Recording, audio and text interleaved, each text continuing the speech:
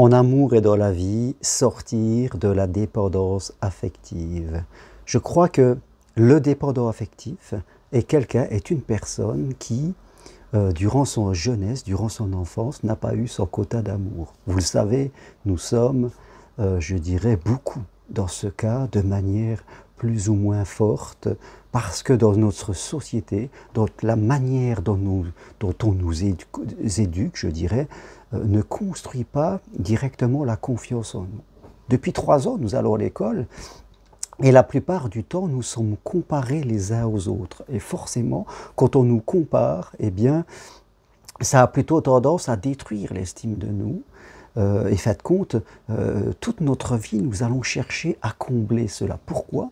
Parce que le besoin de reconnaissance, vous le savez, est un besoin fondamental de l'être humain.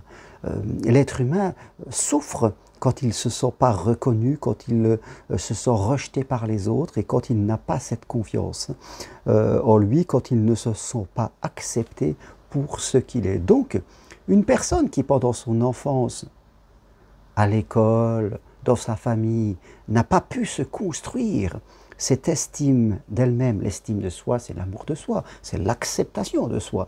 Hein, on ne se croit pas supérieur aux autres, mais on arrête de se comparer. Donc quelqu'un qui n'a pas pu, dans sa vie, se construire cela, inconsciemment, va plus ou moins aller le chercher à l'extérieur. Dans sa vie, au travers de diplômes, au travers de reconnaissance, au travers de positions sociales. Elle va tomber dans les gourds, vouloir toujours dire, se mettre en avant, montrer ce qu'elle fait. Mais aussi dans la vie sentimentale, ça peut jouer des tours, c'est-à-dire qu'on va souvent penser à la place de l'autre, hein, en pensant que plus on va être comme l'autre, on va rechercher la fusion, voilà, plus on va aider l'autre, plus on va le comprendre, et bien plus on va être aimé.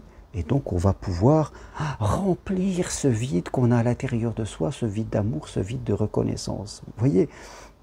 Et c'est un peu ça le travers, parce qu'on va aller chercher à l'extérieur des choses pour remplir à l'intérieur. Quelqu'un qui nous dit qu'on est génial parce qu'on l'aide, un conjoint, un ami, et ça va nous faire du bien, des diplômes, des reconnaissances.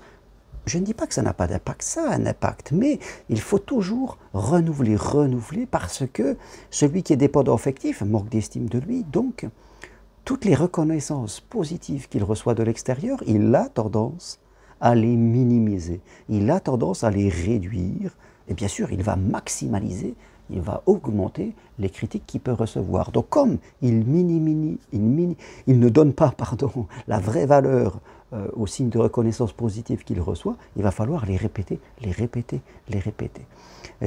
Donc, mais la difficulté quand on est dans cette dépendance, c'est qu'on va croiser toujours des gens, on ne sera jamais bien, des gens qui vont nous faire des remarques, on va l'attirer à nous de façon naturelle. Notre vie sentimentale, eh bien, on attirera des manipulateurs, on attirera des gens qui n'arrêtent pas de nous demander, on sera toujours en train de s'adapter. Au travail, on va peut-être avoir des surcharges de travail parce qu'on ne saura pas dire non. Cette dépendance à l'autre, parce que c'est une dépendance à l'autre, la dépendance affective, c'est une dépendance à l'autre, c'est une dépendance aux conditions extérieures. Donc quand je suis dépendant, je ne suis plus libre. Parce que je suis pas indépendant. Vous voyez, être indépendant, c'est devenir dépendant. Donc quand je suis dépendant, je perds ma liberté parce que je suis dépendant des conditions extérieures, que ce soit dans ma vie sentimentale ou dans ma vie professionnelle. Et donc nous ne faisons que souffrir. On ne peut jamais être en paix parce qu'il va falloir construire à l'intérieur de nous, en grande partie, cet amour qui nous manque et qu'on va chercher à l'extérieur. Mais la première des choses, et c'est le but de cette vidéo, c'est de prendre conscience. Pour évoluer, il faut toujours prendre conscience et se dire oui, c'est vrai, pas dans toute ma vie, mais dans certains points de ma vie, je suis dépendant affectif à l'extérieur. Je suis très impacté par mon extérieur, que ce soit les autres qui disent quelque chose de moi, ou dans ma vie sentimentale par rapport à la personne avec qui je suis, ou ceux que j'attire, ou même mon désir d'être avec quelqu'un. Je suis dépendant de ça, donc j'en souffre, parce que dès que je suis dépendant, l'extérieur a tendance à devenir instable, parce que je suis instable à l'intérieur. Donc il faut le conscientiser, le voir et l'accepter. L'accepter permet de le réduire, de se dire oui, c'est vrai, moi je suis ainsi. Et maintenant je vais progresser pour devenir quelqu'un de plus indépendant psychologiquement par rapport à l'autre de façon juste pour pouvoir avoir de bonnes relations avec les autres. Attention, le dépendant, souvent, je dirais à un moment, il va basculer de l'autre côté. Ce n'est pas l'indépendance, il va basculer dans l'autarcie, à ne plus vouloir avec les autres, à rejeter sa vie sentimentale, et forcément, patatrac, eh bien, ça ne marchera pas pour lui. Pourquoi? Parce qu'il va réagir. Il sera en réaction pour se protéger. Il ne fera pas les choses en conscience. C'est parce que la dépendance le fait souffrir qu'en réaction à une souffrance, il va basculer dans l'autre sens, c'est-à-dire l'autarcie, je n'ai plus besoin, je n'ai plus besoin de l'amour, les autres je m'en fous, je ne veux plus les voir. Et puis, ça sera la même chose, simplement de l'autre côté. On ne fera pas ça en conscience, mais en réaction.